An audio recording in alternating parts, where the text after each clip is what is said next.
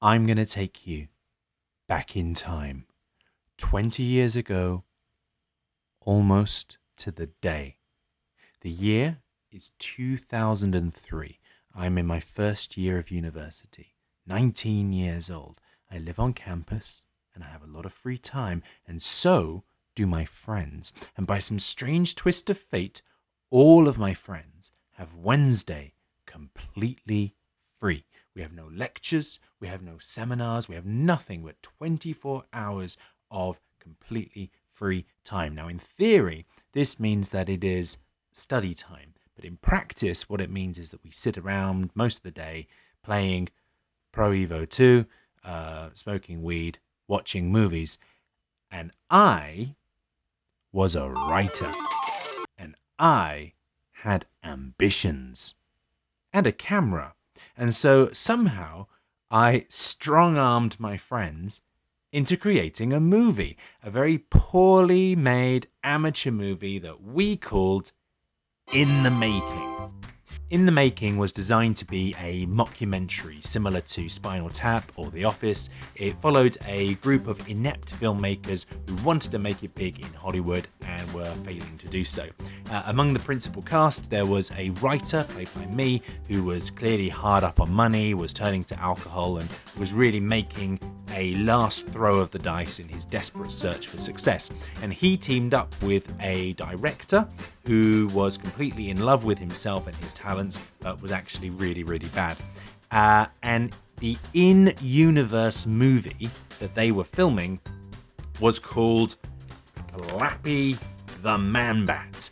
And yes, this is a poster from the time, which has somehow survived to this day. Look at that amazing cropping out we did around the picture of our hero there. Flappy the Man-Bat was designed to be this very transparent rip-off of Batman, of course.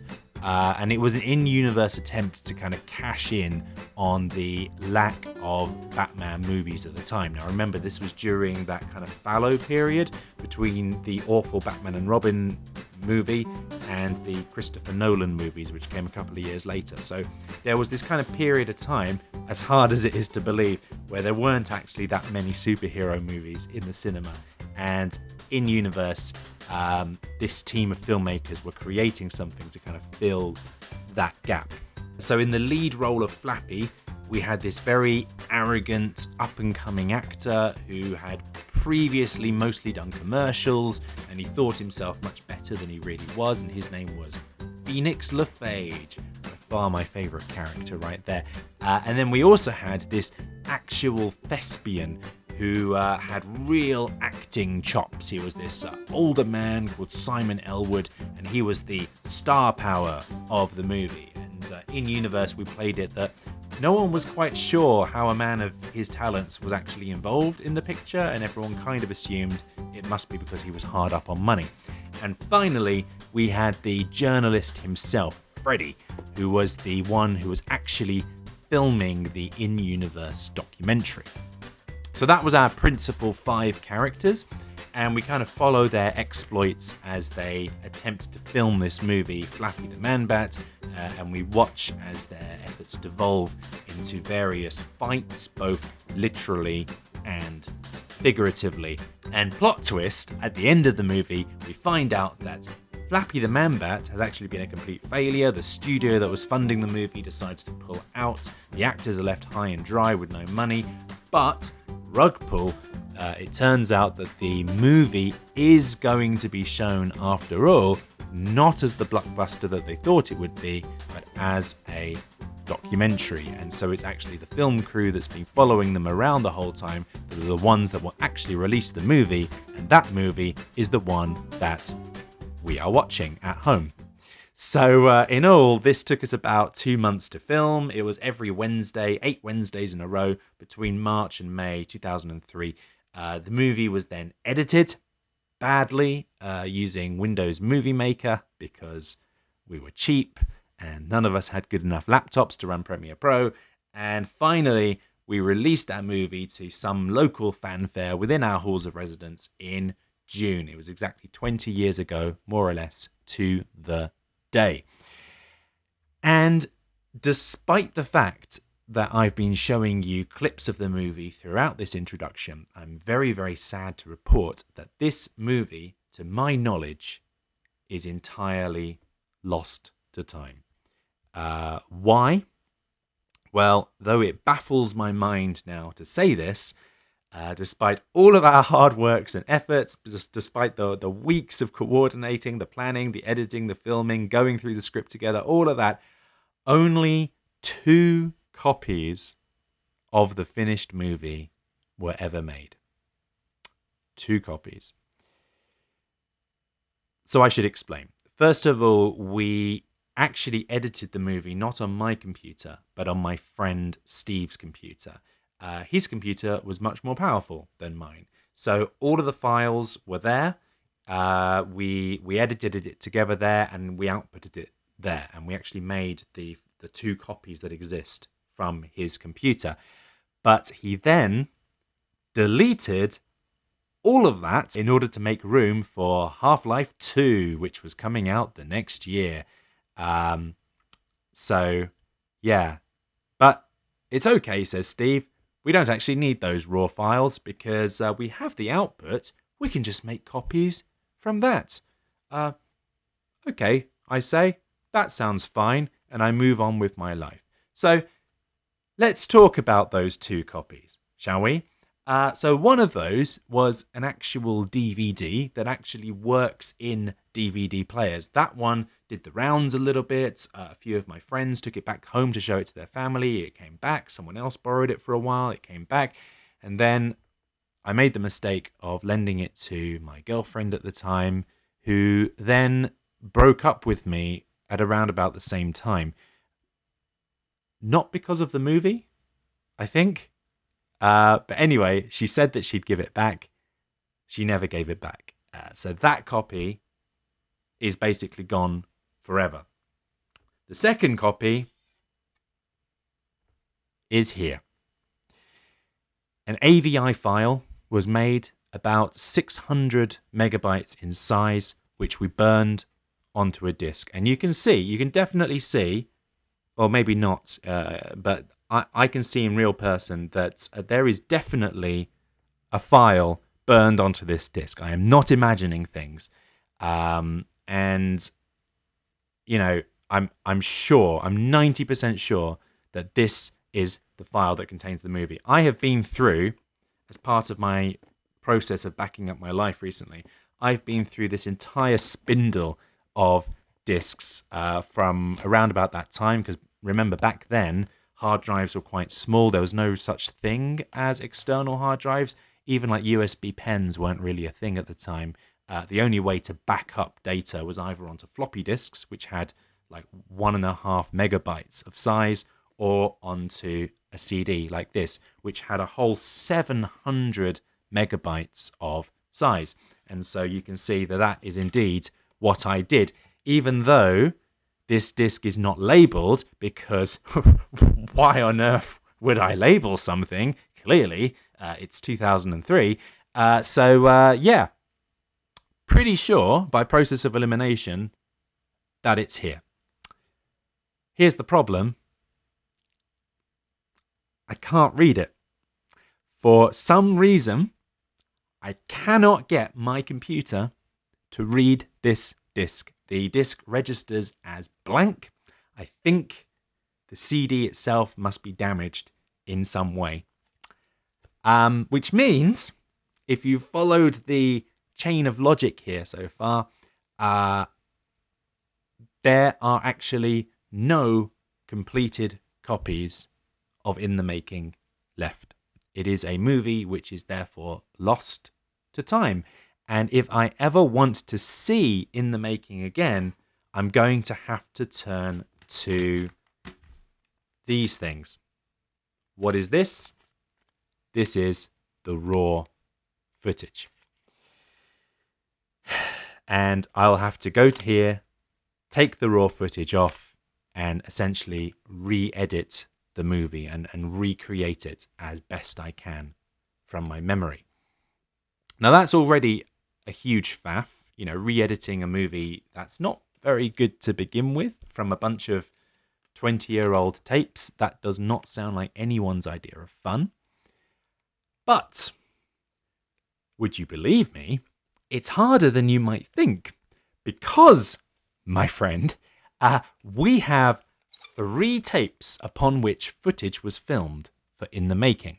Now, tapes number 1 and 2, I actually dumped those at the time. I actually made a backup of them, and that's why you've been seeing clips from the film all of this time. I actually backed them up. But tape number 3 was only ever backed up to my friend Steve's hard drive.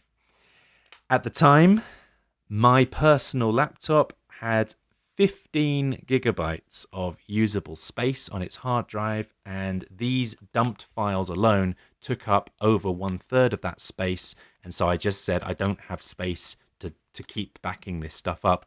Can someone else do it for me, please? And that is the way that we end up in the situation that this tape here was never backed up by me. So now you might be thinking, well, that's quite easy to work around, Rob.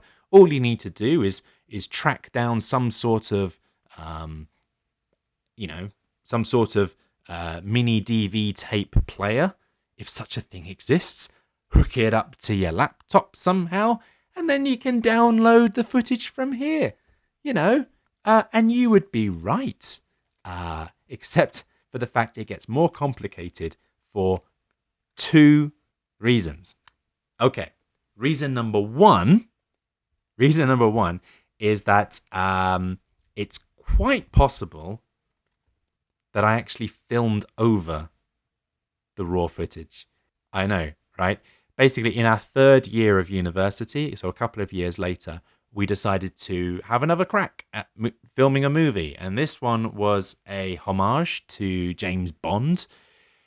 It won't surprise you to hear that that movie is also lost to time, because I only made a single copy of it onto a VHS tape. And this VHS tape was then borrowed by one of my friends, and his mother copied over that tape with Strictly Come Dancing. So basically, I've got raw James Bond footage here. And because we were, cheap, impoverished students, and tapes like this actually cost a lot of money, and because, hey, we've already got a copy of In the Making, we've dumped it here. So, let's just reuse the old tape. So I think, I'm looking back over 20 years of time here. I think I prioritized filming over the tapes that I'd already made a copy of. I don't think I would have gone immediately to this one, knowing that I hadn't dumped it. But there is a non-zero chance that I have actually recorded over some of the raw footage. So that's reason number 1 why it's complicated. And reason number 2 is just annoying. You see, even though these are digital tapes, and so they're better than like analog tapes, they are still ultimately tapes. They are fragile. And one day when I was traveling to campus on the bus during the journey, somehow one of these tapes slipped into my bag, like a folder landed on top of it. And this happened, basically. The hatch opened, the tape was exposed, and it actually got creased, as in it was literally folded in half. It's slightly unspooled and folded. And so that was a pretty terrifying moment for me, because at the time I was editing the James Bond movie. So I quickly retightened the spools. I quickly went to our university's AV lab and checked the footage. And I found, to my surprise, that the footage was fine visually. However, the audio was all kind of messed up. And as a result, in the final edit of our James Bond movie, and again, I don't have that edit anymore because Strictly Come Dancing, the sound for about 1/3 of the movie is messed up. It's really just like it's like that. Now, I never actually checked the rest of the tape at that time. I was just looking at the James Bond footage, which was a little section. There was a whole part of the tape before that, which was In the Making footage. I never checked it. But yes, in all likelihood, that footage too has messed up sound. So that's where we are. Now, remember, my goal this year is to back up my life. It is to record for posterity reasons as much of my life as I possibly can. But when it comes to this movie that I spent hours and days and weeks and months working on in collaboration with others, unfortunately, I have hit a brick wall. More precisely, I have the bricks that make that wall, but I do not have the wall itself, and creating it will be a challenge. I have tapes that I cannot read. I have footage that is lost. I have a final edit that is corrupted somehow, and I have a VHS tape with Bruno Toglioni. So this feels like an impossible task. And yet, there is a small part of me that kind of wants to do it. Not immediately, you know. I've got lower hanging fruit that I can go for first in this backing up my life year, but it's in the back of my mind. You know, the footage is right here, you know, and I've got video editing software on my laptop now, and I've got a huge hard drive, several terabytes in size. I don't need to worry about dumping the footage and editing it anymore. Dare I try to restore this lost masterpiece of student cinema? You know, we called it In the Making. Who would have thought that that title would actually be a promise?